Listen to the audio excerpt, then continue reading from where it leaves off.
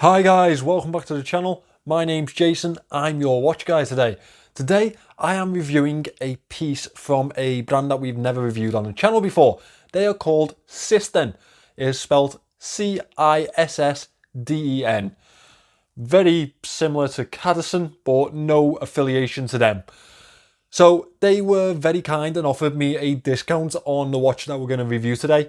However, that will not affect my judgment on this review. I will still be as clear and honest as always. If you would like to pick this watch up, I do have an affiliate link in the description. That does really help the channel out and I really do appreciate it. Now, they did mention that they would be able to supply us with a discount code if you were interested in picking this up, and I will link that in the description. Also, this one is priced at $55 after discount at the moment on the AliExpress Sissden official store. Now, this is a homage to the Rolex Datejust. You've probably seen the thumbnail already, so you know that. Now, I've never really been the biggest fan of the Datejust. However, I've kind of enjoyed the style while this has been in, so it may have changed my opinion on it slightly. Now, without further ado, let me turn this camera around and let's get into this review. So this is the Sissden Datejust Homage. Now, as you can see, it is the green dial variant. I decided to pick this one up because I thought it was a little bit different to any other dial that I've got in my collection. Now, when I checked the AliExpress store this morning, this was priced at £55 after discounts, which I think is a pretty decent deal for a stainless steel watch packed with an NH35 movement, especially one that looks this pretty.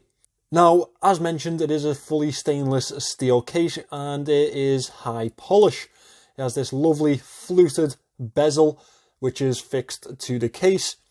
Now, in terms of dimensions, this one comes in very wearable. It is 40mm in diameter. It is 11.62mm thick, so it's pretty well sized for an automatic watch. Lug to lug, it is 47.14mm.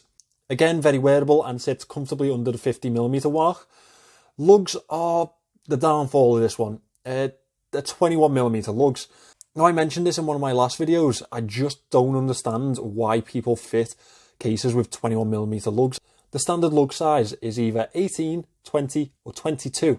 Just stick to them. It makes everything in the industry easier for us. As mentioned, this is an NH35 movement. That's a 21,600 beats per hour movement, and it keeps very good time for what it costs.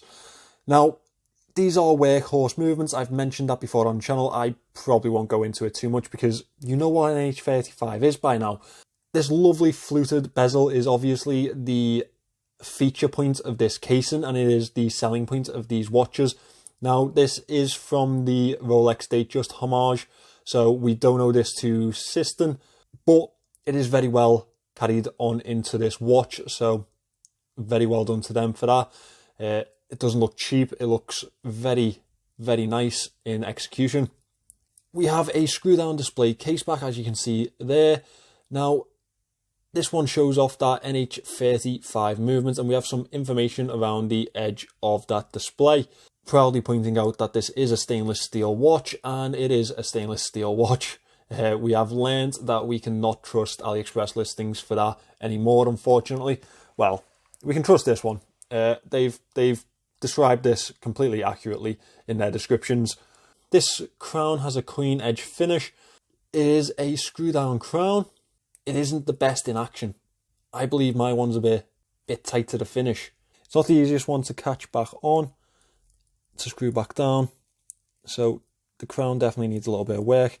That may just be a QC issue on this model in particular, but it's something that I'm definitely going to mention. Finishing off this casing, we have this sapphire crystal sat on top of the dial itself.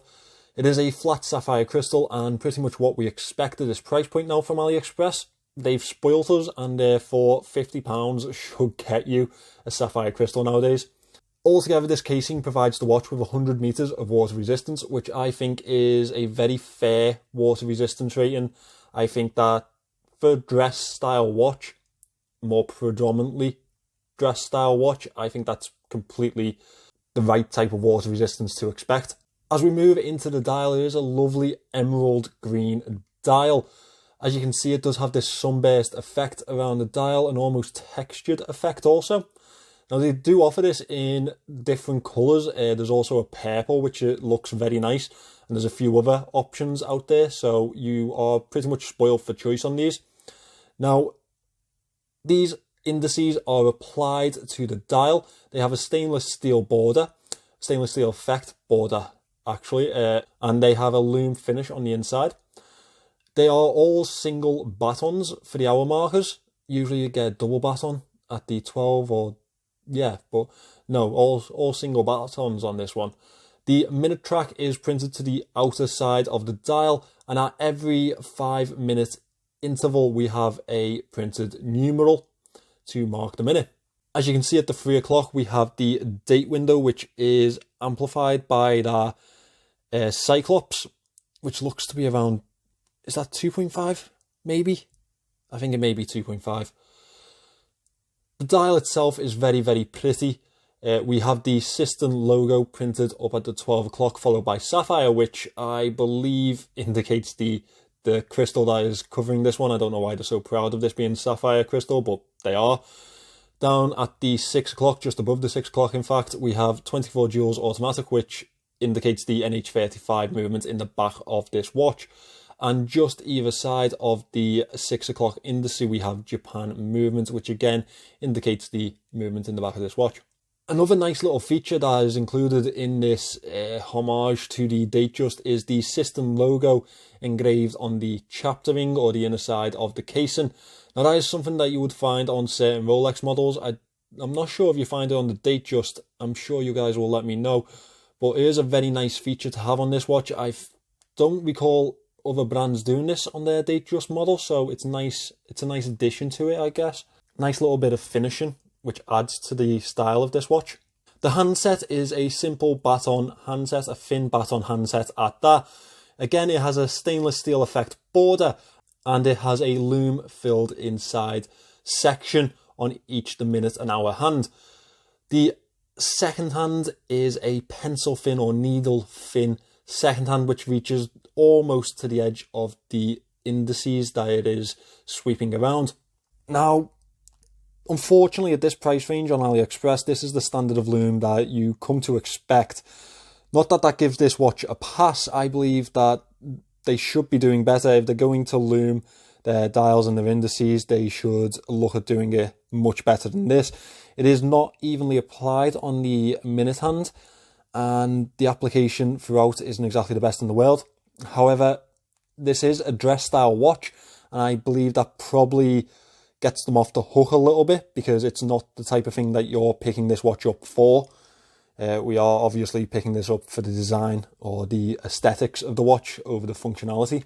As we move on to the bracelet that is attached to this watch, it is a Jubilee style bracelet, very flexible on wrist. Some of my favourite bracelets are Jubilee bracelets. I believe that they are some of the most comfortable you can pick up. We have a polished central link on this one with outer edges in brushed finishing. That follows through to this clasp, which is very, very reminiscent of the Pagani design clasps that you find on their models. It has the Sissden logo on the centre of it. It is a machined clasp, as you can see, and it also has that really annoying micro adjust system that the Pagani designs also suffer from. I hate using them. I absolutely hate it. These are screw links, which is a bonus. And as well as that, these are solid end links. Again, another bonus. Now, let me pop this on wrist, and it will give me a nice little segue into my moan section. Something that you're probably already aware of if you've watched the unboxing video of this one. So this is the Sissden on wrist. Now, it is a very pretty watch. It does fit pretty well in terms of dimensions to the case head to my wrist, and I believe it would suit people with my wrist size as well as those above. However, people of my wrist size cannot buy this watch and simply fit it to their wrist, as there's way too much room. I can fit an entire finger under there, and that is on the smallest setting available. Unfortunately, they don't offer free adjustments on each side of the links as the Pagani designs do. The Pagani designs just about fit my wrist, I have to put them onto the smallest or next to smallest setting, and they fit rather comfortably. However, for some reason, this bracelet only had 2 links to be taken out, and therefore, yeah, I've had to wear this on a band instead. I won't show you the band because it was a 20mm band, as I don't have 21mm bands available. So a very, very annoying downside for myself, as I don't feel like I got the true experience of this watch, which for someone who reviews watches is an absolute nightmare, because I want to give you the best description that I possibly can, the best review that I possibly can, and I can't do that if I can't wear the watch properly. Now, moving on from that, I'm not a big fan of the Cyclops. I'm never a big fan of the Cyclopses. They have to be done really, really well for me to like them. This one is not as misaligned as some that I've seen. It is slightly off, I believe, but not so much to be a complaint. The lume could definitely be better on this one. 100% could be better. And my main complaint was the dial. Now, it is pretty. It's a pretty dial. Have a look at that. That's a very nice dial. Very well done. However, when you advertise it like this, and it comes out like this, it's a completely different watch. And when I unboxed this, I was so underwhelmed by the actual dial itself. Even though it's a pretty dial, it's a very nice looking dial. It's just, I expected something absolutely spectacular, and I just got something that was pretty. And pretty is, you know, an easy accomplishment in the watch world. Spectacular is not. So it kind of fell a little bit short for me. However, I do believe that at £55, maybe they can be picked up slightly cheaper. I believe this is a good buy. It's an NH35 movement. It has a very nice bracelet on it.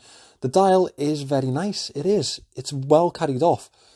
And if I hadn't had seen the pictures or the supposed pictures of this one before actually getting the watch, I'd have been made up with it. But I did see the pictures, so it was slightly underwhelming for me. So guys, that is my review of Sissden's homage to the Datejust. As I say, it's a very pretty watch, and they've done something completely different with the actual colours on this one. I mean, you haven't seen Pagani Design try and pull off this type of colour, and their purple one is also a lovely option. I kind of regret not going for the purple in the long run, because I feel like that could have been even nicer in person. But maybe that's just because I've already seen this one and it was kind of underwhelming once I opened it. However, as I say, it is very pretty. It's just that I saw those renderings already and I expected that, which is fair to do so, considering that is what they are advertising. If you would like to pick this one up from the AliExpress Sissden store, I have the link in the description. That is my affiliate link. I do get a kickback from that, and I do appreciate it very much so. If you are new around here and you haven't subscribed to the channel, please do so. I have plenty of content every single week to keep you entertained. And, you know, we have fun. We have fun here. Thank you for watching this one, guys. I will be back very soon with some more videos for you. I will see you in the next one.